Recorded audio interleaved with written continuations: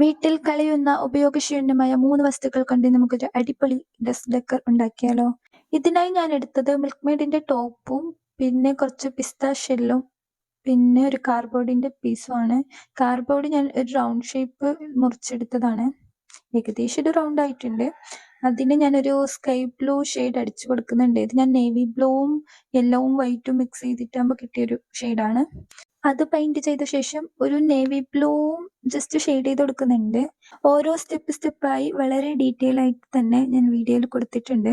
കാണുമ്പോൾ തന്നെ മനസ്സിലാവുമെന്ന് വിചാരിക്കുന്നു. ഇത് വളരെ സിമ്പിൾ ആയിട്ട് ഉണ്ടാക്കാൻ പറ്റുന്നതാണ്. കൊച്ചു കുട്ടികൾക്ക് പോലും വേഗത്തിൽ തന്നെ ഉണ്ടാക്കാം. കുട്ടികൾ ഗ്ലൂ ഗൺ ഉപയോഗിക്കുമ്പോൾ ഒന്ന് ശ്രദ്ധിക്കണേ. പിസ്താഷ്യൽ ഒരുപാട് കളക്ട് ചെയ്ത് വെച്ചിട്ടുണ്ടെങ്കിലും ഒന്നും ഉണ്ടാക്കിയിട്ടില്ല. അപ്പോൾ ഞാൻ വിചാരിച്ചു ഇന്ന് എന്തായാലും അതുകൊണ്ട് തന്നെ എന്തെങ്കിലും ഉണ്ടാക്കണമെന്ന്. അങ്ങനെ പിൻട്രസ്റ്റ് നോക്കിയപ്പോഴാണ് ഈ ഒരു ഇത് കണ്ടത്. അപ്പോൾ എനിക്ക് ഭയങ്കര ലൈക്കായി. ഒന്ന് ചെയ്ത് നോക്കിയാലോ എന്ന് വിചാരിച്ച് അങ്ങനെ ചെയ്തതാണിത്. പെയിന്റും പശയൊക്കെ ഗ്രാഫ്റ്റ് ചെയ്യുന്ന മിക്ക ആളുകളിലും ഉണ്ടായിരിക്കുന്നത് കൊണ്ടാണ് അത് പ്രത്യേകിച്ച് മെൻഷൻ ചെയ്യാത്തത്. ഇങ്ങനെയുള്ള കുറച്ച് വീഡിയോസ് ഞാൻ പോസ്റ്റ് ചെയ്തിട്ടുണ്ട്. ഇഷ്ടമുള്ളവർ ഒന്ന് കണ്ടു നോക്കൂ. ഇപ്പോൾ ഏകദേശം ഒരു ഐഡിയ കിട്ടിക്കാണുമല്ലോ ഞാൻ എന്താ ഉദ്ദേശിച്ചതെന്ന്. സീ ലൈഫ് ആയിരുന്നു ഞാൻ ഉദ്ദേശിച്ചിട്ടുണ്ടായത്. പിന്നെ മീനിന്റെ ഒരു ഷേപ്പ് പോലെ പെയിന്റ് ചെയ്തെടുത്തിട്ടുണ്ട്.